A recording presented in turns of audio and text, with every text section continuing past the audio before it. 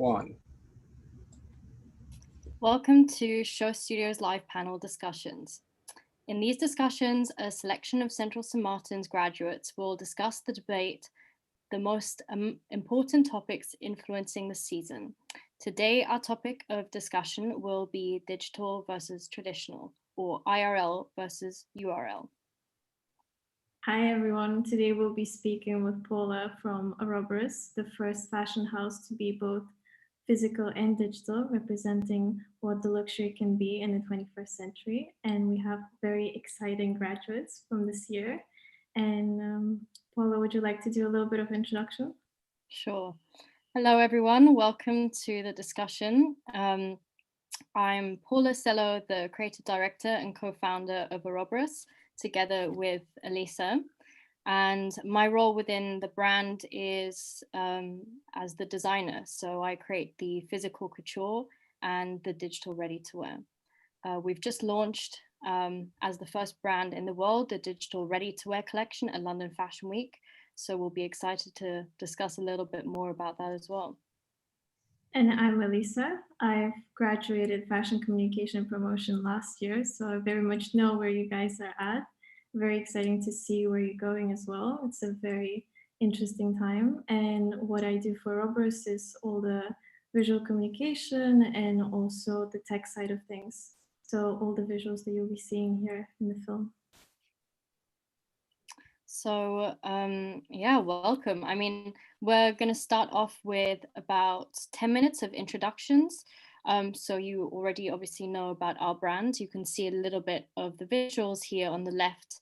The first collection showcased at London Fashion Week was the biomimicry collection, which was all about nature and technology and really getting people accustomed to the new world of mixed reality.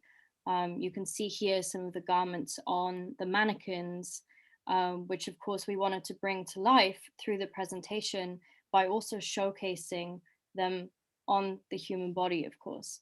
More and more we see this as a reality of the digital becoming overlaid on the physical. So here you can see the beautiful model Sano wearing a digital piece. Here we go, from the collection, also called the biomimicry suit. Alissa, do you want to talk a little bit about the film? Yeah, so as you can see, digital fashion is now here. It's no longer the future. We're all taking part of it. And throughout the film and the presentation, it was really important to take the audience through of the actual use case. So how easy it is to be part of digital clothing, how easy it is to express your identity and change your looks at no material cost.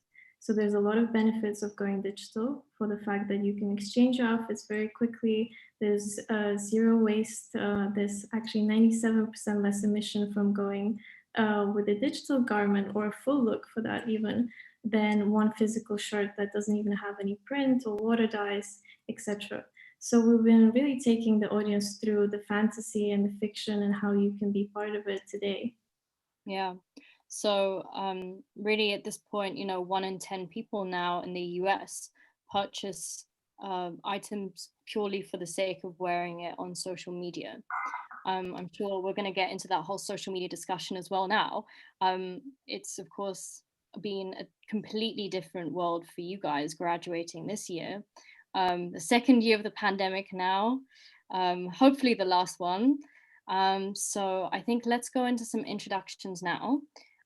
Shall we start with Augustine? Would you like to begin talking a little bit about your work? Yes, of course. Hello, everyone. My name's Augustine. I've just graduated from BA Fashion Journalism at St. Martin's, and I'm editor-in-chief of Gorge magazine. Gorge magazine is very much about the physical.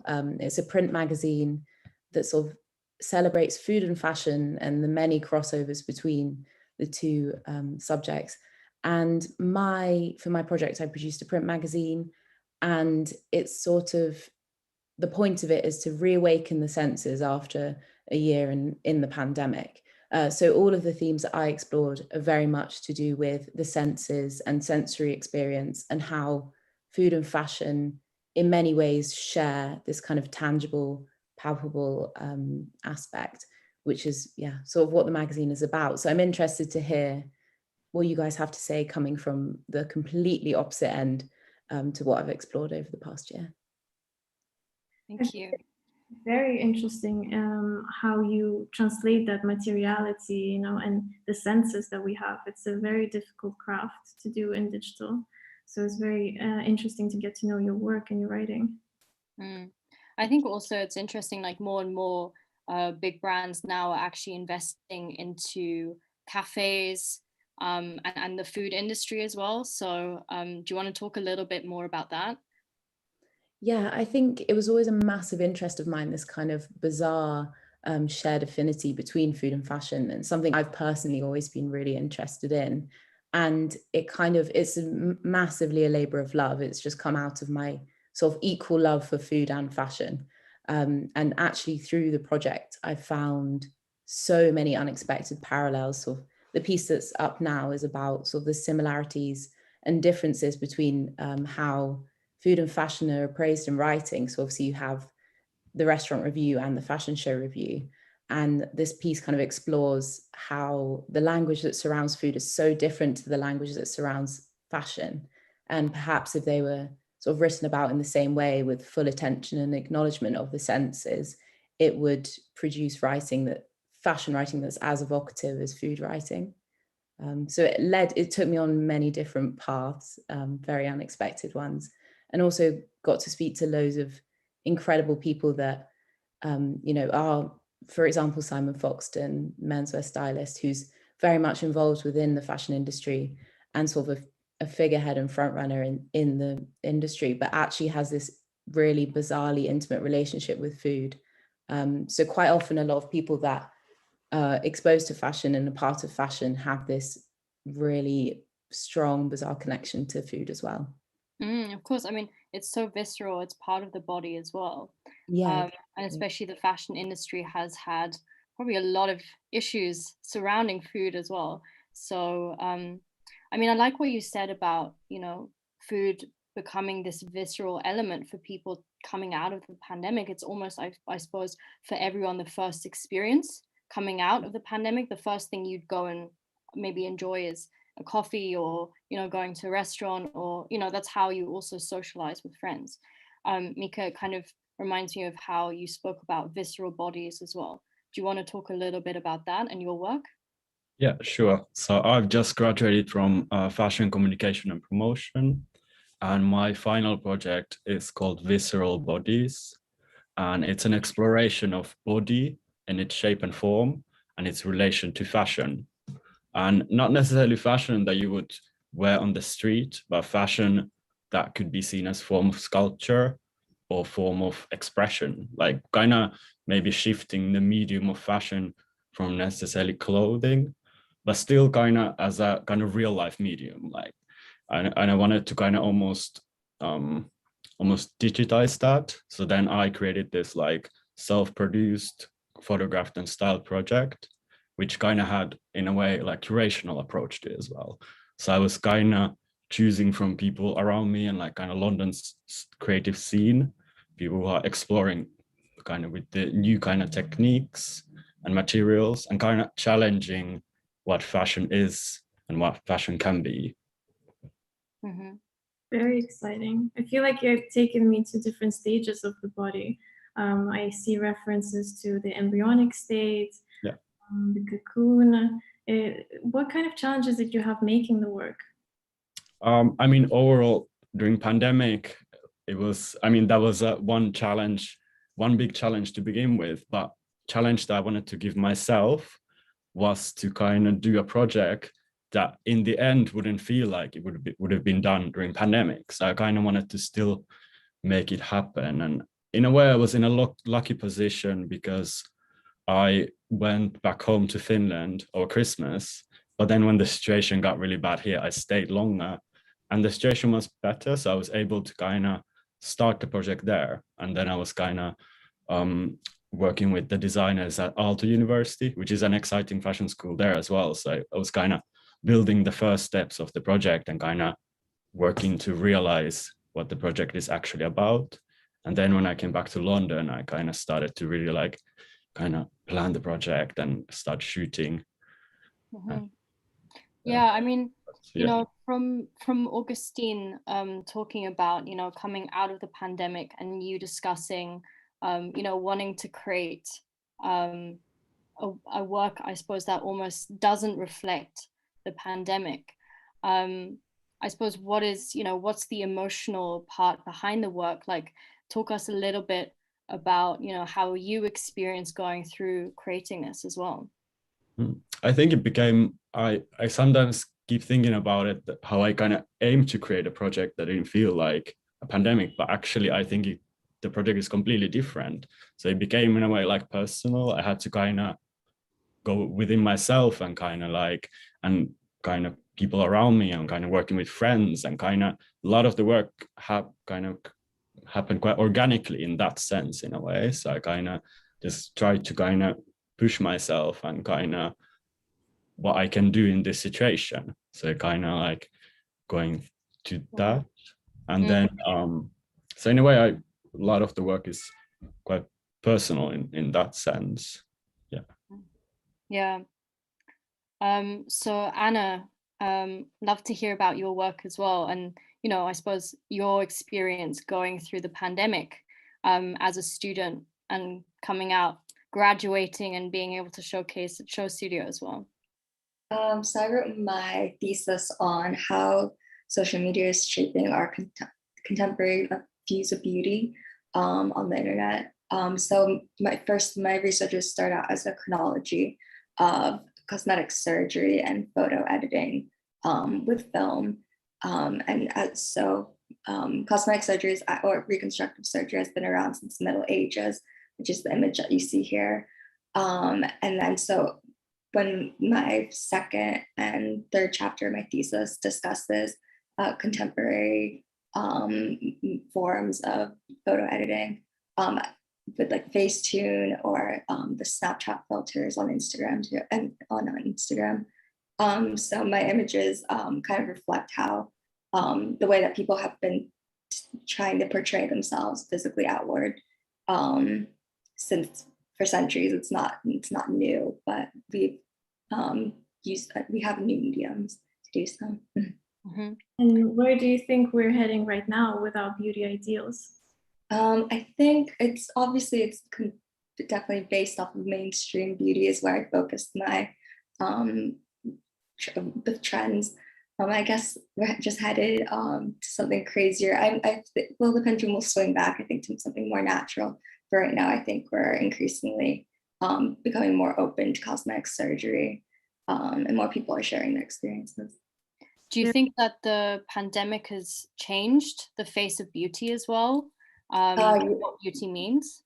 Yes, definitely. Even in the research that I've been seeing, like on The Economist, even the statistics have said that a lot of people are actually getting Zoom face, and because you're looking at yourself on the screen all day in meetings, and there's more time to recover at home, people have been requesting more surgery. More because of Zoom, so which is quite interesting. So I think the pandemic has increased the need for it to have people want to present themselves digitally. Wow, this is a lot to take in because we spend so much time on Zoom nowadays. Yes. You were right now. I'd love to hear also from Jeffrey and how you started Checkout Magazine. Yeah, hi, I'm Jeffrey. I just graduated from CSM for fashion communication and promotion. So yeah, basically I, along with a couple of ex-colleagues and some new faces, I started Checkout Magazine, which is essentially just a magazine for fashion's next generation. I think having had previous experience working in sort of larger publications, a lot of the time you do tend to see like the same faces, the same people. It's, the same photographer shooting the same talent on the cover, just a different season of Gucci or Louis Vuitton that they're wearing.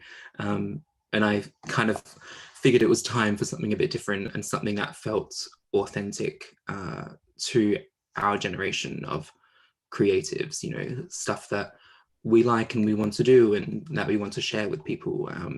And sort of combining that with perhaps some more like established talents. So sort of, you know, bringing in someone like Jake Bugg, who is, you know, a sort of a person from our teen idol days, and then sort of combining that and making that something new by working with a bunch of like young creatives and talent. And yeah, essentially basically doing what we want and not letting anyone tell us no.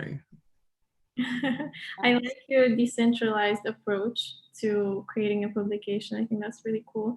Can you talk us through a little bit more of the visual aesthetic? Because I feel like I see a lot of retro futuristic elements.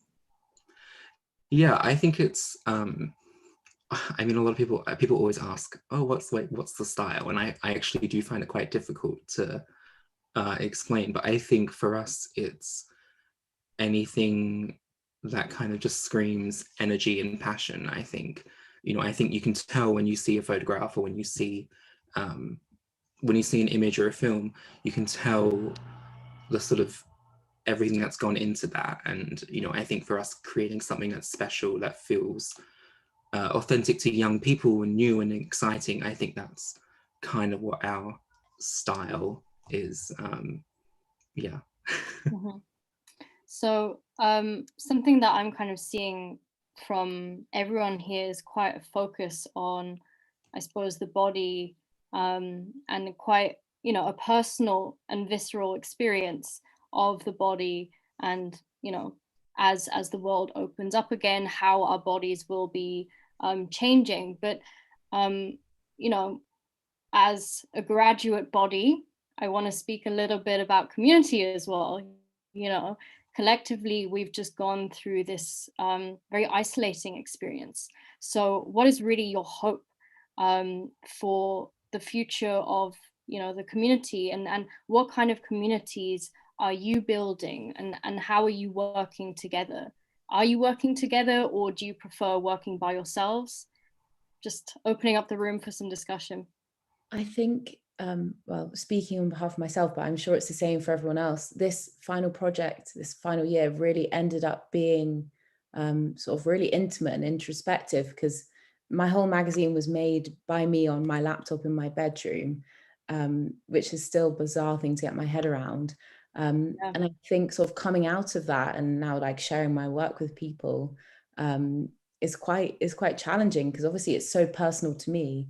And it's so much about my own thoughts, my own ideas. But I think through kind of interviews and through the people that I spoke to, that kind of helped to bring it alive, I guess. And I collaborated with a photographer on the project. And I think, yeah, I guess coming out of it, I want as many people to kind of connect with it as possible and help build these communities. And I think CSM has always been really good at pushing collaboration and encouraging us to work with each other and, you know, work together on things, which I think is a big part of what all of us have done. Mm-hmm. And what all of us do. Within the, you know, the magazine that you're building, which is a community of its own, are you meeting physically as well? You know, what's the digital and physical narrative there? What is the interaction for you on a day-to-day basis?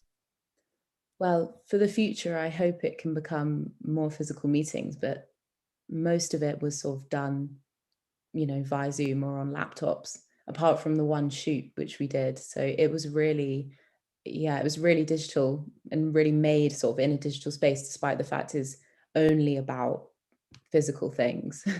Mm-hmm. So yeah, the result I think is quite bizarrely interesting. Mm-hmm. So Anna, what about you and your kind of experience with beauty? I think with digital beauty, especially filters, you know, we're seeing one specific face that's kind of reoccurring throughout social media, and again the plastic surgery. I'm pretty sure that most plastic surgeons would talk about one specific face being asked to, you know, be put on everyone's faces. So how do you think that community there can shift the ideal of beauty? It's really interesting because my primary research, I interviewed 7 women about their own experiences with social media and opinions on plastic surgery. And it was really interesting to, especially it depended on their background, on where they grew up, or their ethnicity. And so it really shaped their views, but which was quite interesting. And all of them seemed to, even if they weren't affected by certain cultural biases, they acknowledged that other people were affected by them as well, which was interesting. So a lot of people were concerned about other pressures that other races had, like with I believe the fox eye trend, or lip fillers especially. So it was interesting to see how people responded and were kind of upset for other people and how looks are being appropriated, which is quite interesting. Yeah, so do you think that people are going to start pushing against that? I mean, Jeffrey, I suppose, as you're creating magazines as well, this is something within community to be explored there, the new ideals of beauty and pushing back on all of these things. Yeah, I mean, I feel like, one thing I've noticed with checkout, with like the submissions that we get with sort of press emails and things like that, is I feel like there is sort of becoming a lot more scope for individuality. Like, I think, yes, probably in the very wider mainstream sort of side of things, there is a definite ideal beauty that people do strive for. But I do think that we are seeing a lot of individuality come out in terms of, how people want to dress, the sort of tattoos, piercings, any kind of plastic surgery. I think it's almost, I see it getting to a point where people are actually celebrating a lot more individuality. And, if someone wants to, have a whole face tattoo, like people really celebrate that a lot more, at least in sort of, I think that's kind of privileged of being in our circles. You kind of walk into CSM and you can wear whatever you want and like no one really cares. Whereas if you're walking down King's Road, it's probably a little bit different. But yeah, I definitely think in our side of things, it's becoming a lot more freeing, I hope. Yeah. Mika, how do you think that's been seen in the recent collections coming out this season? I know you wanted to talk about Diesel, so how do you think all of this that we've been talking about reflects, for example, in that show? I think Diesel is a good example, especially the film that was made. I think they were definitely trying to represent a community and like this new generation that are kind of pushing through norms. And it's kind of interesting how going back to Diesel in the 90s, and it was very much about that. It was this kind of like, it was seen as very kind of, it's like cool brand, and like young people who are actually like in the scene and like they want to be part of it and they want to be part of something. And same, I mean, with Glenn Martens, I think he was able to bring the energy that he does in his collections in Y Project, but still take the references from Diesel to make something new. And I think it was really exciting how often when there's like a designer placed to a new label, it doesn't often go right in the first time, but it was quite refreshing to see actually what was created there. And like it was kind of in like you could see the person that it's kind of directed to, and also like aiming to TikTok and aiming all the young kids who like find it cool, like, so yeah. Mm-hmm. Very interesting, all of these references to what we see on a daily basis, everything from beauty filters to TikTok dance moves, but even the capacity of how short these clips are nowadays. So the visual communication is changing very fast with how we're absorbing the fashion media. I would love to open up a question for all of you in terms of what are your childish hopes and dreams. Essentially, when we look back in the 90s, when we were all a little bit younger, we had different notions of future, I'm pretty sure. And how do you think is that reflected in your work, and how are you taking this further? I'd love to hear from Jeffrey, for example, right now. Yeah, I mean, I think what the 90s, I feel like, kind of represented was this very fun and carefree attitude, which kind of exacerbated every level of, fashion and every other industry. I think that, obviously in the past year or two in particular, there has been a lot of very serious events and, social changes happening. And, as much as it is important to be serious about that, I do hope that we kind of can continue on in a way that feels positive and feels uplifting, because I think, it can be very easy to sort of dwell on the negatives when it comes to fashion or the industry in general. But I hope that, for example, we check out that what we create is actually something that's very, community based, where you can kind of come and do your thing and be whatever or whoever you want to be, and have that sort of sense of 90s freedom back in it. Because I think that, we've definitely lost some of that in sort of the past decade or so. Yeah. Anna, what do you think about, for example, beauty? I mean, we spoke a lot about the augmentation, and I suppose that has a lot of negative effects on the way we perceive ourselves with all the changes that everybody's asking for. What do you think is the hopeful element we can look for? I hope it just means that people can embrace themselves, but also use, I guess, their bodies to express themselves. There's of course nothing wrong with changing yourself, but I hope it's more seen as a positive effect rather than something negative, that I don't like how I look. It's more, I would like to express myself this way. Mm-hmm. So what do you see as the future of expression? I'm not sure. I guess I hope it becomes a lot less homogenous, because as I wrote in my thesis, was about Instagram face, or kind of what a lot of people would associate with that look as the Kardashians, which is and the people that tend to mimic their types of surgeries. So hopefully it becomes more individualistic rather than everyone copying each other. Yeah. So for example, when you were all kids, speaking of, being children, what did you hope for from technology? Because, a discussion that we have a lot at Aroboros is, we grew up playing, for example, Sims, Second Life. We saw films like Avatar. I don't know, technology was always very mystical. It was very exciting. It was magical, really that joy, Jeffrey, that you were talking about, that just happiness. And that's really something that we wanted to bring out through the brand and giving people a hopeful future. So what were you hoping to see, I suppose, as a kid, as a teenager, even now, into the future of technology and reality? Augustine, do you want to answer that one? That's a really difficult question, because I think as a writer right now is such an bizarrely, incredibly, amazingly interesting time to be in fashion.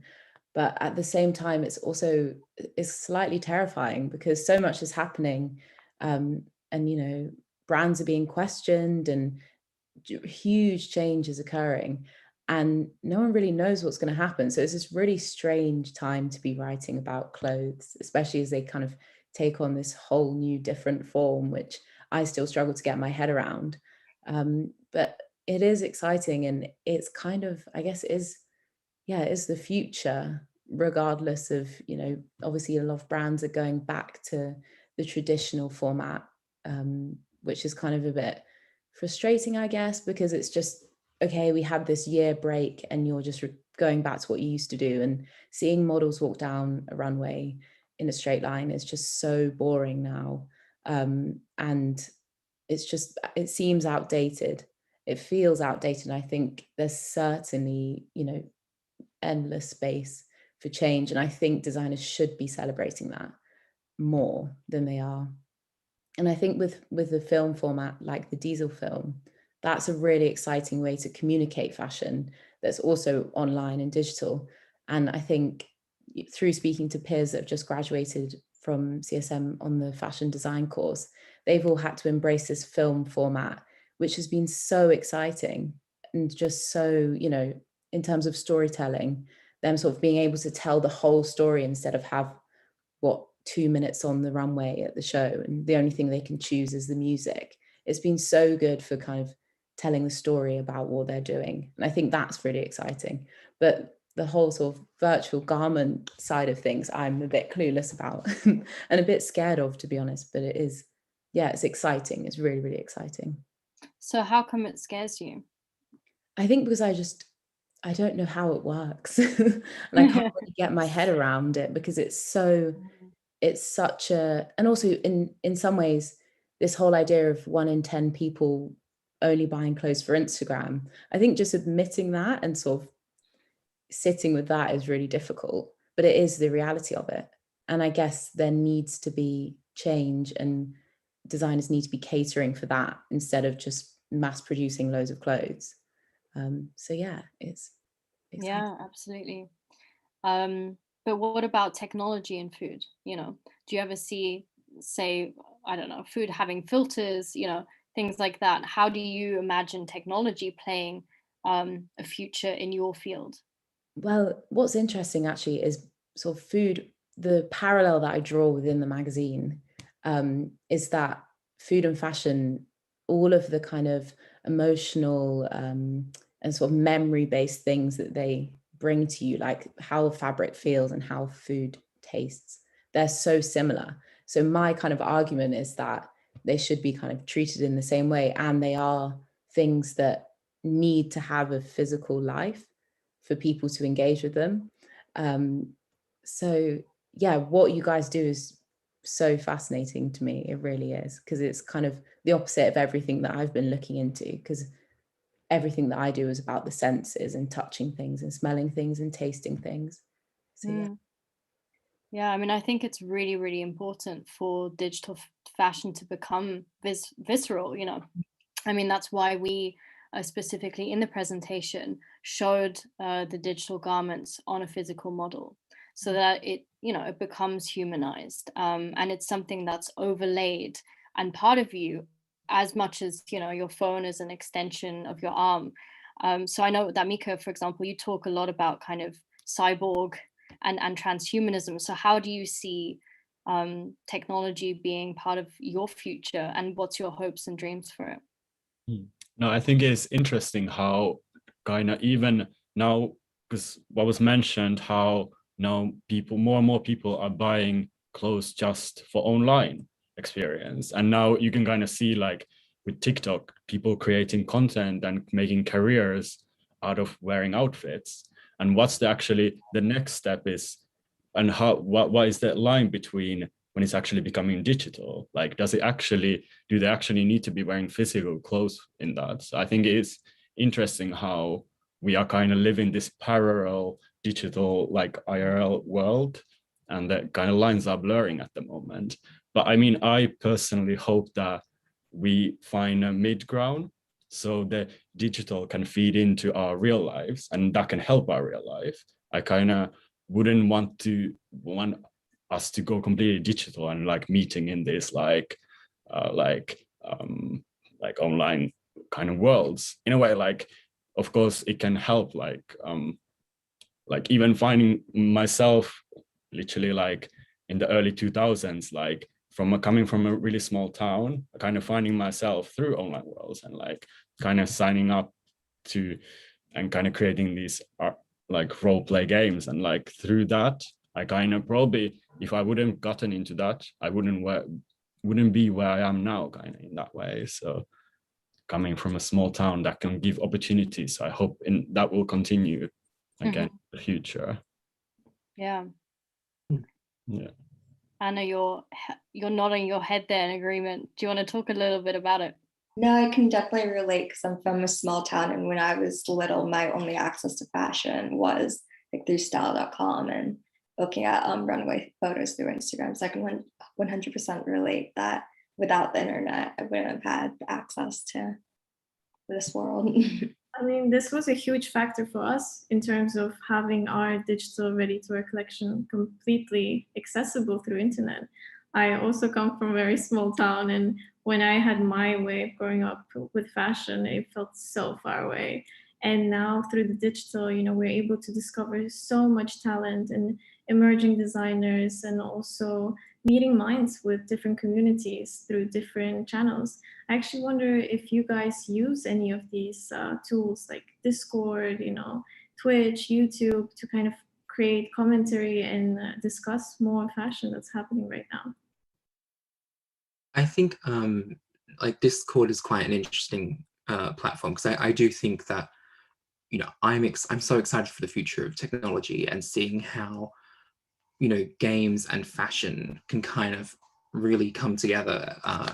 You know, one thing I did as part of the project was I created a game called Checkout Dash, which is kind of like a Crossy Road Frogger type game. And so I worked with a few designers, and we created some of their like iconic looks that we put into the game as the characters that you could play and unlock. And I think that, you know, gaming is actually something that brands really haven't done well yet. You know, I think there is such a scope. I mean, if you look at things like Fortnite, which is just an insanely amazing platform. I mean, like The Sims, I literally grew up like dressing my Sims and playing The Sims. And, you know, I think there is a lot of scope for them to actually use it well and not have it just be like oh, stick a logo on it and this is like the character in Louis Vuitton or whatever. I think, you know, really making it an experience that's part of the game. And, you know, maybe that does come with some technological advances that we're yet to kind of figure out. But yeah, I think definitely places like Discord, Twitch, I think are really important for fashion brands to kind of, grab onto, and don't kind of just slow down, and like with online shopping, don't kind of just take it as it comes like a bit too late. I think this is the time to innovate and to just go for it, because why not? For sure, we couldn't agree more. I think in the digital, your creativity is your limit, because you could express and showcase so much that's out there. Really fantasy and magic. Yeah. So are there any specific collections that you think represented that aesthetic, that kind of gamified aesthetic? Do you feel like that's bleeding into fashion a little bit, or we're not quite there yet? I don't think that we're quite there yet. I think there was, you know, there was some of it, I think, during the beginning and middle of the pandemic.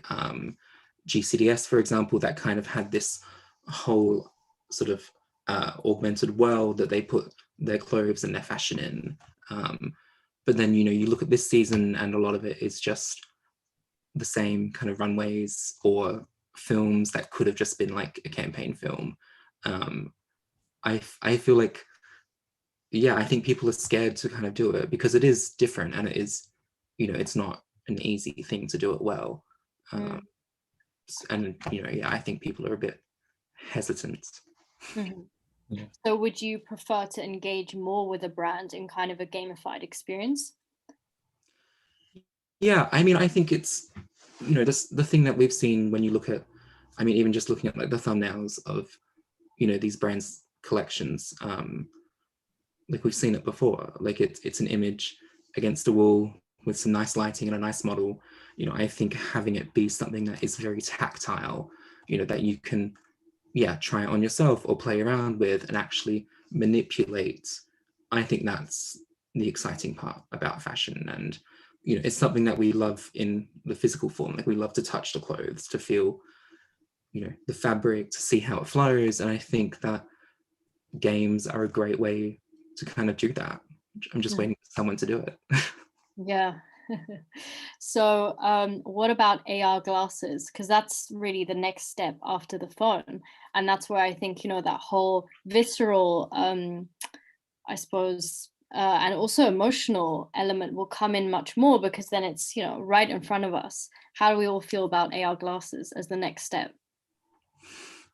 I think in terms of things that kind of are on a screen, as in, you know, like this conversation, I think everyone is so fed up of looking at things that are on a screen right now that there needs to be something else, you know. And I think I'm really nostalgic about, you know, the tactility of fabrics and things like that. But I feel like maybe we're not there yet in terms of technology, but that could potentially be the way to take it that step further, because I think with what designers are doing now, these campaign films, they only really evoke something within me if they are telling a story. But otherwise, just looking at clothes going down runway, it's not the same. You can't connect with it in the same way.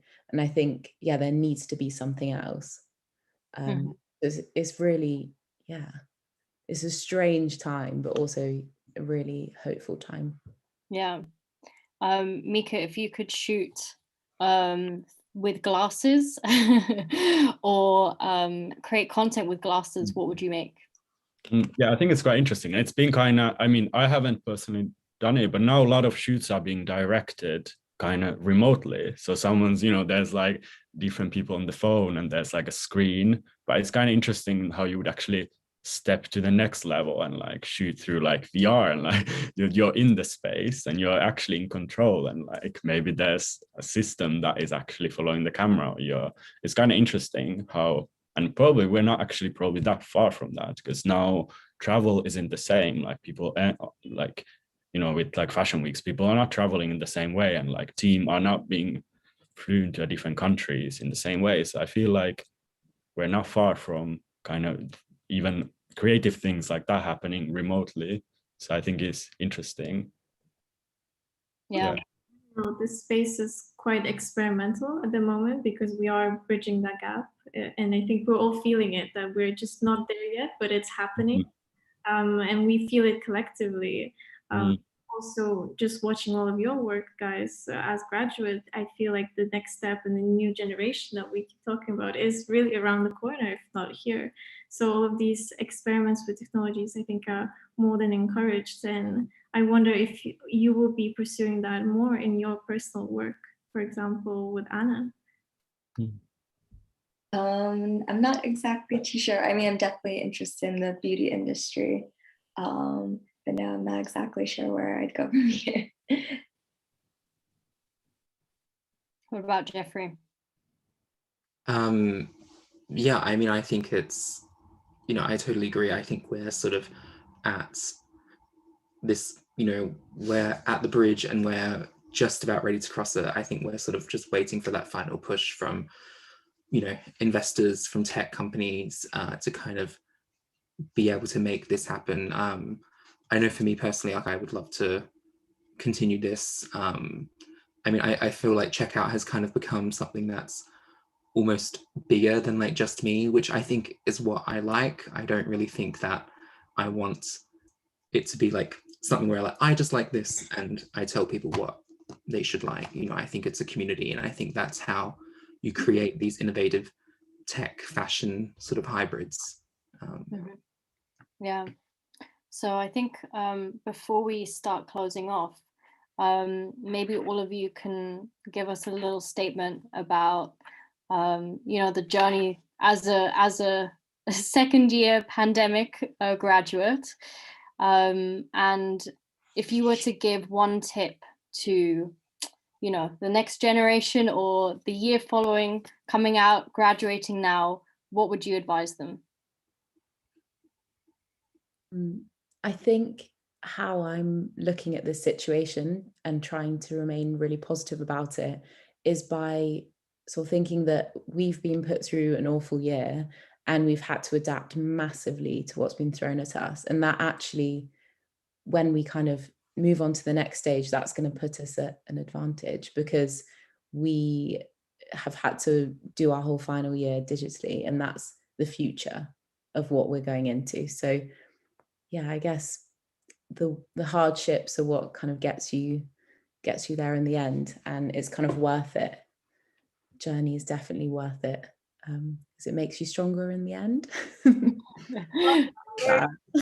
Yeah, that's nice. Mika, do you have one for us? Well, I think it's important to kind of value what we have, because it's shown us how everything we had can be taken off so quickly. Like we went a few years ago, if you would have told us what we would be living through now, and like seeing that this is as a norm, we wouldn't believe that. But kind of, I think it's important to kind of value. And now it's kind of now being able to see people again, people seem so much more grounded in some way, and kind of now people are just happy to engage and with each other and like just be part of something. So I think to value that. Yeah. Anna, how about you? What's your advice to the following graduate? I guess my advice would just be make sure you're very passionate about your research subject, because you're going to be with it for 9 months, but makes it a lot more rewarding in the end too. Wonderful. And Jeffrey, before we close off?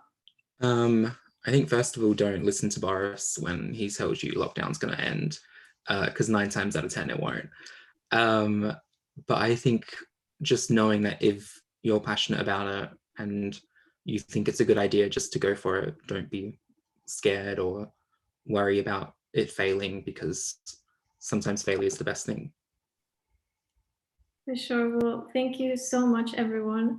We've really thoroughly enjoyed this and talking to the next generation of creatives. And thank you all for watching. For more extensive Fashion Week coverage, be sure to visit showstudio.com. And if you're watching via Show Studio YouTube, be sure to like, comment, and subscribe below.